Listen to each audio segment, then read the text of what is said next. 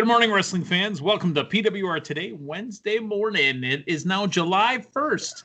It is the 1st of July, and, Independence Day is right around the corner, even though we might not be getting as much independence as we would like. You have the independence to listen to PWR Today. We also ask you to exercise your independence and make sure you're liking and subscribing to the podcast here. So we do these just for you. We're not asking for any money.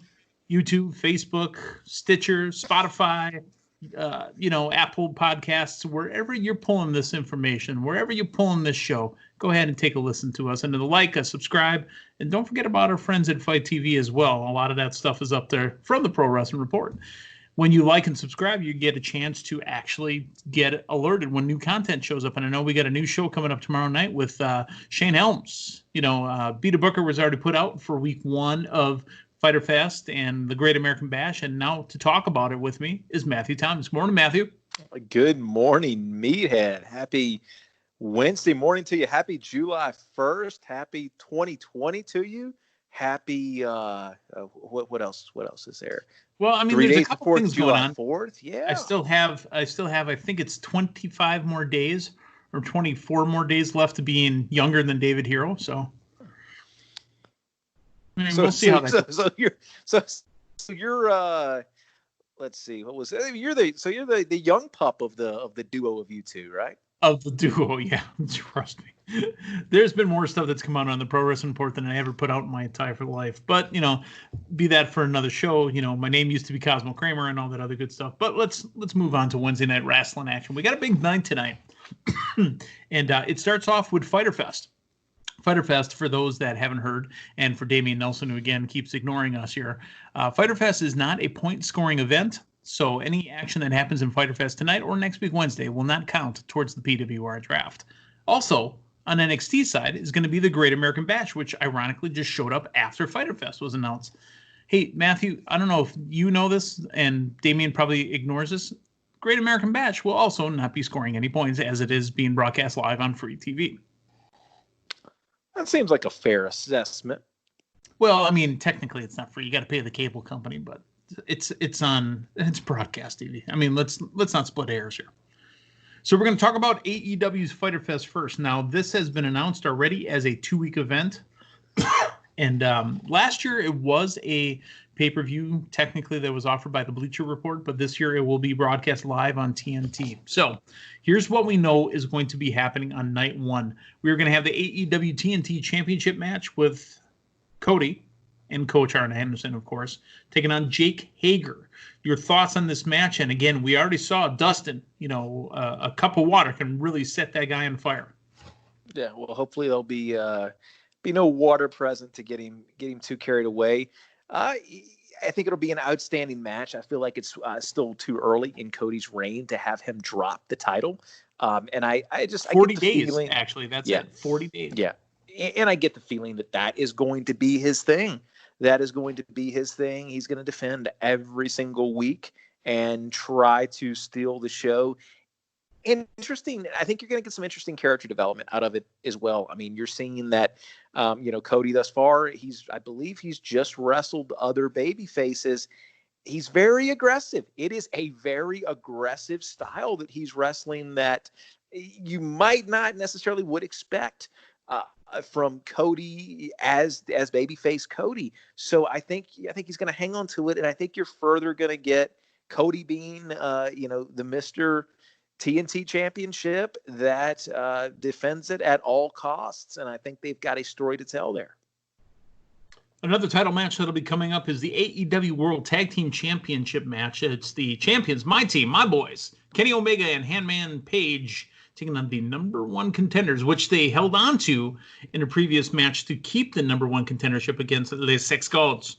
It's the team of the best friends, Chuck Taylor and Trent. I am looking forward to this. Your thoughts on, does Omega and Page hang on to this, or do the best friends go over and become the new World Tag Team Champions?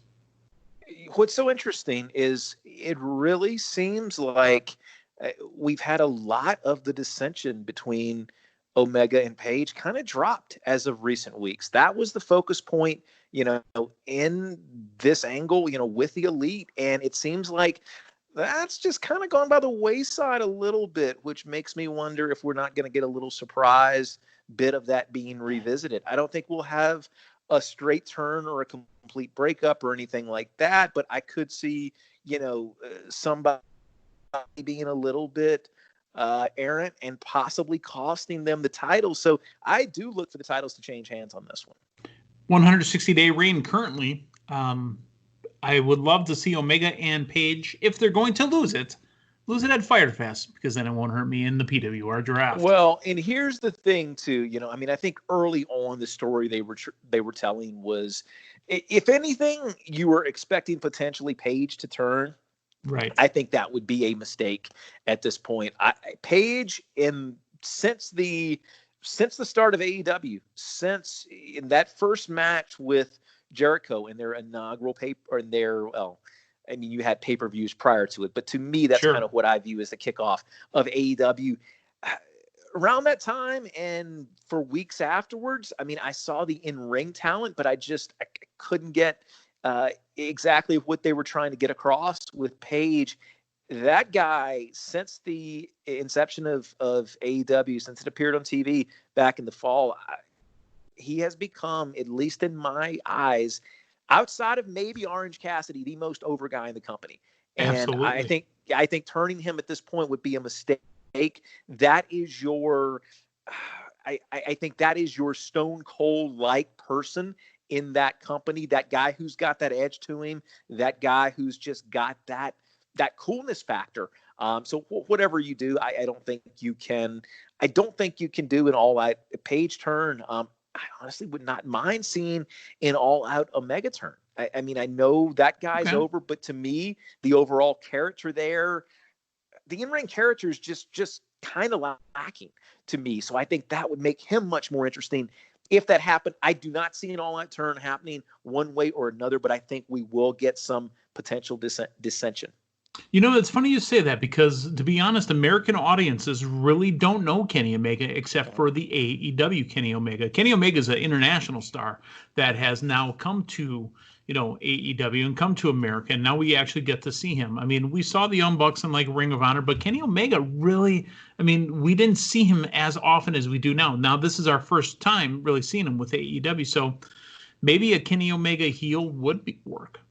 We'll have to find out tonight during the show. So another title match. We've got Shida taking on the number 2 contender, Penelope Ford, with Kip Sabian. I don't have a ton of investment in this one, and I have no problem with either one winning or losing, because the women's division isn't working for me yet. It'll work at some point, but right now there's nothing to it to me. It does not. It is, in my opinion, not the strong suit of AEW. I think there's work to be done there. And you've got wonderful talent there, but it just, in a company that seems to be hitting on so many other cylinders, that one is yet to kind of take hold with me. A grudge match. It's the number 5 ranked tag team of Private Party. That's Mark Queen and Isaiah Cassidy. Almost said Kennedy. No, Isaiah Cassidy with Matt Hardy at their side, taking on the Proud and Powerful. When did Santana Ortiz change their name to the Proud and Powerful? I don't mind it. It's just, it kind of caught me off guard there. Santana Ortiz taking on Private Party.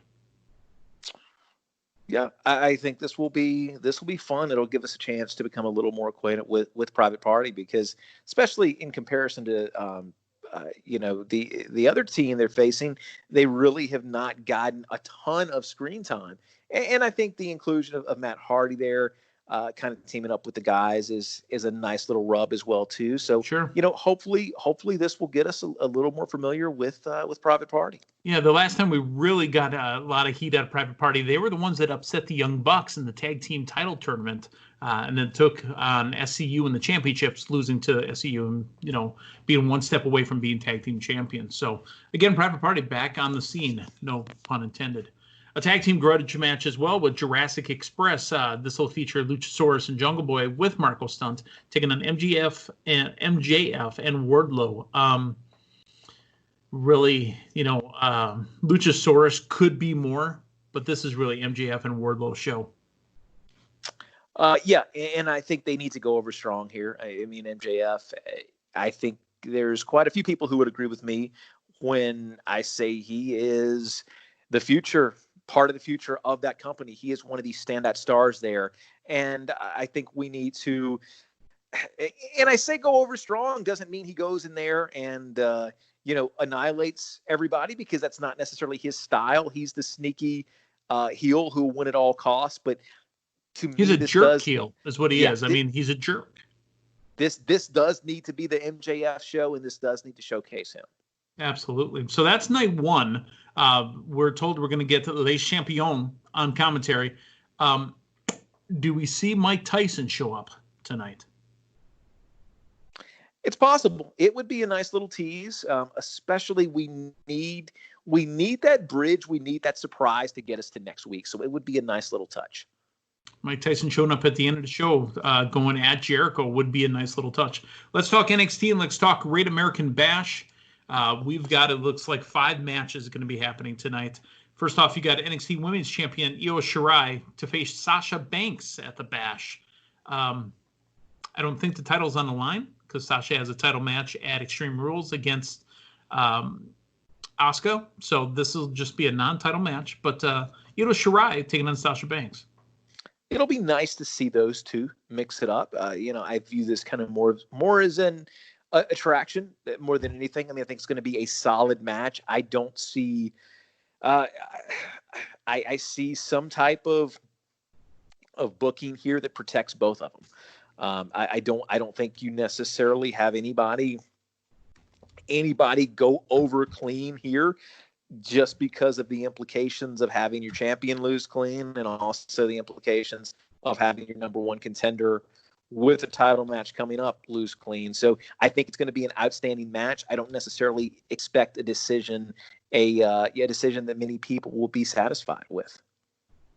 Okay. So Great American Bash, again, a pay-per-view / name that just got slapped onto NXT. Honestly, I really do believe that this is just marketing. I mean, there's no build to the name of the bash. You can shine it up real nice. No, it's not. And here's my, I know we've still got a ways to go here, but sure, my impression of this from the start, from the counter programming of NXT to AEW, this is WWE saying this is equivalent with our developmental. This is the counter programming WWE trying to basically get the point across is, this is not competition to our main roster. This is competition to our developmental brand. And you can make the case whether NXT is still developmental or not with 2 hours on USA each week. But that has been my impression since the start, since they started counter-programming AEW, is the fact that they want you to associate AEW's competition being NXT, not the WWE main roster, not Raw, not SmackDown. I think as we've seen during this COVID era, to me, there is no question as to whether AEW is competition for WWE's main roster. I feel like that has been answered in volumes with the content that they have put out during this time period. And it just interests me when you see a move like this. It seems more of that mindset of, okay, we have got to condition the viewing audience to look at this other promotion as competition to our developmental, not our main roster. Okay. All right. I'll take that. Speaking to the Sasha Banks being on the Great American Bash and at NXT, really with WWE not having as many stars, I mean, they put Sasha and Bayley now on Raw on SmackDown. They're kind of doing the same thing they did with Charlotte. Charlotte obviously out injured, but now Sasha showing up on NXT again to wrestle one-on-one with the NXT Women's Champion. Dexter Lumis is going to face Roderick Strong in the NXT's first ever strap match. When the match is on, will it be a strap-on match? I guess technically, if we're going a verbatim level of of proper English, I guess you're correct. Yeah.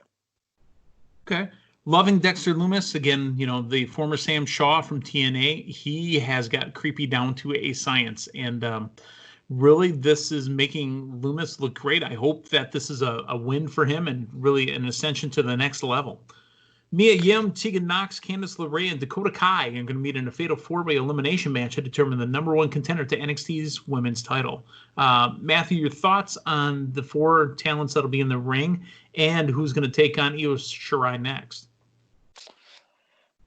This will be a good match. Just want to go back to the previous one a little bit. Sure. I do like the fact that they are putting a strap match on the card. You put the word match in the middle on purpose. So this is a good old-fashioned gimmick that you don't see a ton of. You don't see them go to that much. This TV show is not NC-17. Of course, we're not going to see strap-ons. So not on USA. That's for the Saving the Chrisleys or whatever that show is. Good on them. Good on them. So I think that'll be a solid match. And as far as women's match go, I like what they're doing with Candice LeRae right now. I'm going with her to come out on top. Okay, Candice LeRae recently in the news with the Joey Ryan stuff that's been out there from TNA Impact or Impact Wrestling or whatever they're calling themselves now. So Candice LeRae, you say, is going to be the next to take on Io Shirai. How about Rhea Ripley taking on Aaliyah and Robert Stone in a handicap match? If Robert Stone and Aaliyah win, Rhea Ripley joins the Robert Stone brand. That's got to happen. That is entertainment. You can't tease me with that entertainment and not make that happen. I think that's what we're going to get, and I think it's going to lead to multiple weeks of entertainment with Robert Stone in rare form. Love me some Robert Stone, excuse me. But dude, seriously, put some socks on. Laura Kane squares off with Thatcher at the Great American Bash. Now, Thatcher was the mystery tag team partner for Matt Riddle when he couldn't get I'm struggling with names now. When he needed a tag team partner to help with the tag team belts, that was his partner, right? And then there was the issue with Thatcher and Riddle. Believe so, yeah. From NXT UK. So, your thoughts on Laura Kane versus Thatcher? This one I don't have a ton of investment in, to be honest with you. I could see this going either way. Okay. Well, as long as this one isn't the strap-on match, because my God, what are we watching here? You can't have 2 of those on the same card. Well, never mind. This is another show for PWR Dark. We can't go down that path. So that is Great American Bash from NXT. We've got Fyter Fest from AEW. It promises to be a big night of wrestling. Now, folks, you listen to Dave Hero and myself talk on every Tuesday morning, and we're struggling to get through Raw, and it's really hard to get through SmackDown. I'm excited to watch some wrestling tonight. I think we're going to get great matches. Again, you mentioned this, I think it was last week, but, with it being the middle of summer right now, or at least the beginning of summer, but the, middle of the summer months, is this really going to have the look and feel that we want it to have? Because the sun's still up while they're wrestling. Yeah. We have reached that spell in what was it, June 20th, the longest day. So we're starting to get a little bit more darkness. A little bit more darkness each day, which I don't mind the little bit we've got, with AEW. I think that's now we get into WrestleMania season and WrestleMania goes to the West Coast and we get a card like we got in, what would it have been, 31? I forget the number, but it was one with NWO versus DX. Yeah. Where you've got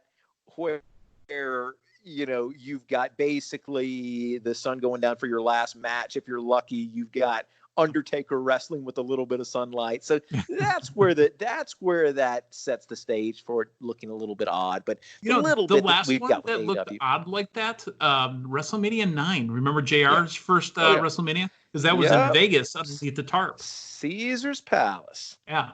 And then, you had Bobby Heenan coming out backwards on a camel. Yeah. And that was sunlight the whole day because, the finish with Bret Hart Yokozuna with Hogan coming out. That's taking place in broad daylight. So, that must have been an afternoon show. I would think so. Make sure to, head on home, get on the freeway. Don't forget to tip your waitress on the way out the door. Yeah, it was one of those type of shows where it was big, but it didn't feel big. You know what I mean? Yeah. Yep. Well, that's been a quick 20, Matthew. Everybody's told you that you've been quick before, but, not a quick 20. So. Yeah, 20's not quick in my book. 20 is me just getting the engine started. Well, there you go.